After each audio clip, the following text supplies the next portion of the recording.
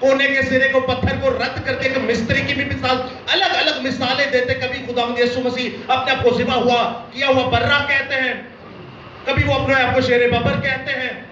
تو یہ تمثیلوں میں خداوند یسوع المسیح بات کرتے رہے. اب پرانے عہد نامہ کے اندر مقدس سلیمان کی معرفت, جو خداوند خدا کا پاک روح القدس کی معرفت لکھا گیا کلام ہم پر نازل ہوا, وہ یہ ہے کہ تیرا لباس ہمیشہ سفید رہے اور تیرا سر چکناہٹ سے کبھی خالی نہ ہو. یعنی کہ تیرا سر بھی چکناہٹ نہ پریا رہے تو تیرا لباس بھی ہمیشہ سفید رہے. سر چکناہٹ نہ پریا رہے اور لباس ہمیشہ کی رہے سفید رہے. آپ کیا سمجھتے ہیں, یہ کیا کہنا چاہ رہے ہیں؟ لباس تو ہم پہنتے ہیں الگ الگ, اور کہیں تے شیمپو لاندے نے, تیل لانا بھی مناسب نہیں سمجھتے. اس کلام خدا کا, اس پاک سخن کا کیا مطلب ہے جو پرانے عہد نامہ میں لکھا ہے کہ تیرا لباس ہمیشہ سفید رہے اور تیرا سر چکناہٹ سے کبھی خالی نہ ہو. کیا سمجھتے ہیں آپ اس بات سے؟ کوئی آئیڈیا, کوئی بھی؟ نبیل بھائی. گناہوں سے پاک رہیں, زبردست, جے مسیح کی. اور کوئی؟ سنیے گا دوستو غور سے, خداوند ہمیشہ تمثیلوں میں بات کرتا ہے. پیدائش کی کتاب دیکھ لیجئے, آگے چلتے چلتے آپ صحیفوں کو دیکھ لیجئے, آگے چلتے چلتے آپ انبیاء اصغر اور انبیاء اکبر, بڑے صحیفوں اور چھوٹے صحیفوں کو دیکھیے, پھر انجیل منورہ کو دیکھیے, اس کے بعد آپ خطوط کو دیکھیے, اور پھر آخر میں مکاشفہ کی کتاب کو دیکھیے. خداوند کئی چیزیں آسانی طریقے سے اپنے بندوں کو سمجھاتا ہے اور کئی چیزیں تمثیلوں میں بات کرتا ہے. اور تمثیلوں میں خداوند ان کو سمجھاتا تھا, ہر کسی کو سمجھ نہیں تھی آتی. پہلی بات تو یہ, جو ان کے ایون شاگرد تھے انہیں بھی سمجھ میں نہیں تھی آتی. آپ دیکھتے ہیں کسان کی جب مثال دیتے, بیج بونے والا بیج بونے نکلا, تو وہاں پر شاگرد جو ہے انہیں سائیڈ پہ لے جاتے ہیں اور پوچھتے ہیں یہ تو کیا کہتا ہے. تو یاد رکھے رہے, دسیا انہوں سی جن نے پوچھا سی. بھیڑ کی بھیڑ رہی, لیکن بھیڑ میں سے جو لوگ کلام خدا کے بارے میں بات کرتے ہیں وہ بھیڑ بن جاتے ہیں.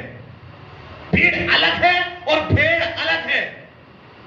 خداوند فرماتا ہے جو اس کلام خدا کو سنتا, سمجھتا, قبول کرتا ہے, جو اس کو خدا کی روح سے سمجھتا ہے, وہ بھیڑ ہے.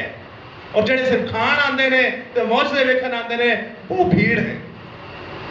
اب کلام خدا میں خدا فرما رہا ہے کہ تیرا لباس ہمیشہ سفید رہے اور تیرا سر چکناہٹ سے ہمیشہ بھرا رہے, کبھی خالی نہ ہو. رفاقت بھائی نے خوب فرمایا کہ آپ گناہوں سے پاک رہیں. سفید لباس جو ہے یہ نئے عہد نامہ میں قوت کے لباس کو شو کرتا ہے. ایک کیا ہی فرانسس فیروز صاحب نے گیت گایا, تیرے سفید لباس تے لیکا. اب آپ کے لباس کے اوپر کوئی لیک نہیں ہونی چاہیے. خداوند فرماتا ہے کہ اے خداوند تو میرے کرمزی گناہوں کو بھی دھو ڈالتا ہے. کیسے دھوتا ہے؟ برف کی مانند دھو دیتا ہے, برف کی مانند سفید کر دیتا ہے. اور بائبل میں ایک جگہ تو ایسا بھی لکھا ہے, اے خداوند تو میرے لباس کو, میرے جسم کو ایسے دھوتا ہے, ایسے دھوتا ہے کہ کوئی دھوبی بھی نہیں دھو سکتا. خداوند آپ سے روحانی بات کرنا چاہ رہا ہے. خداوند کہتا ہے کہ جیسے میں تمہارے بھیجنے والا پاک ہوں, سب تم بھی پاک بنو. اور تمہارا لباس ہر وقت کیا رہنا چاہیے؟ سفید رہنا چاہیے. سفید پاکیزگی کا ایک سمبل ہے. ہم ان لباسوں کی بات یہاں خداوند نہیں کر رہا, ورنہ آپ دیکھیے جو خداوند نے خود لباس دیے, مثال کے طور پہ احبار کی کتاب یا گنتی کی کتاب آپ پڑھتے ہیں, وہاں پر آپ کو سردار کاہنوں کے لباسوں کے بارے میں بتایا جائے گا. ان میں سفید کے ساتھ ساتھ اور بھی بہت سے کلر پائے جاتے ہیں. تو یہاں جو خداوند بات کر رہا ہے وہ تمثیلاً بات کر رہا ہے. اور دوسری بات جو ہمارا مین پوائنٹ ہے, تیرا سر ہمیشہ چکناہٹ سے بھرا رہے, تیرا سر ہمیشہ تیل سے بھرا رہے. اب تیل ایک ہی استعمال ہوتا رہا بائبل مقدس کے اندر, قوم بنی اسرائیل کے اندر, اور وہ ہے زیتون کا تیل. اور عرب میں آپ دیکھتے ہیں گلف کے اندر آج بھی لوگ زیتون کے تیل سے کھانے بناتے ہیں. گلف کے اندر, قوم بنی اسرائیل کے اندر آپ کو ہارٹ اٹیک کے کیسز زیرو ملیں گے. تو ہم کبھی نہیں سنے گا کوئی عربی ہارٹ اٹیک نہ مار گیا, کبھی نہیں سنے گا کوئی یہودی ہارٹ اٹیک نہ مار گیا. کیوں؟ کیونکہ وہ زیتون کا تیل استعمال کرتے ہیں. ساڈا چربی والا کیوں استعمال نہیں کرتے. تو یاد رکھیے گا دوستو, اگر خداوند نے اس کو استعمال کرنے کے لیے کہا, پھر اس کو ہم جسم پر بھی لگاتے ہیں. کچھ لوگ ہیں وہ جسم پر بھی لگاتے ہیں, اور کچھ لوگ جو ہے وہ سروں پر بھی لگاتے تھے. اور یہی زیتون کا تیل ہیکل مقدسہ کے اندر بھی استعمال کیا جاتا تھا. جب شمعدان کے اندر خداوند نے کہا اوپری آگ, جب آسمان سے آگ آئے تو باہر کی کوئی آگ اس میں, باہر کی کوئی بھی آگ اس میں نہ لگانا, یعنی اوپری آگ, باہر کی کوئی آگ ہیکل مقدسہ کے اندر نہ لگے. بس تو شمعدان کے اندر تیل مت ختم ہونے دینا, شمعدان کے اندر تیل مت ختم ہونے دینا, بس اس کے اندر تو تیل بھر کر رکھنا, اور وہ تھا زیتون کا تیل. اب گو کہ جب ہم چلتے ہیں آگے کہ خداوند تیل کے بارے میں کیا فرماتا ہے. خداوند تیل کے بارے میں فرماتا ہے کہ تیرا سر ہمیشہ چکناہٹ سے بھرا رہے. استشناء کی کتاب اس کے 6 باب میں آپ دیکھتے ہیں خداوند فرماتا ہے کہ اے سن اسرائیل, تیرا خداوند خدا ایک ہی خدا ہے, تو یہ کلام خدا اپنے بچوں کے ہاتھوں اور ماتھوں پر باندھ دینا. اب لٹرلی تو یہ نہیں ہو سکتا کہ بائبل مقدس اپنے بچے نے ہاتھاتے بھی باندھ دئیے, کہ اپنے بچے نے سراتے بھی باندھ دئیے. خداوند کیا فرماتا ہے پرانے عہد نامہ کے اندر, تمثیلوں میں بات کرتا ہے. وہ کہتے ہیں جب تو اپنے بچے کو چھوٹا ہوتا ہوا کلام خدا سکھائے گا, جب تو اپنے بچے کو چھوٹا ہوتا پاک سخن سکھائے گا. آج ہم اپنے بچوں کے ساتھ کیا کرتے ہیں؟ جب ہمارے بچے بڑے ہو جاتے ہیں وہ چرس پیتے ہیں, وہ افیم کھاتے ہیں, وہ نشہ کرتے ہیں, وہ گالی دیتے ہیں, وہ لڑکیوں کو چھیڑتے ہیں, اسکولوں سے ٹلا مارتے ہیں, وہ شراب پیتے ہیں, وہ جوا کھیلتے ہیں, وہ ڈکیتی کرتے ہیں, وہ قتل تک کر دیتے ہیں.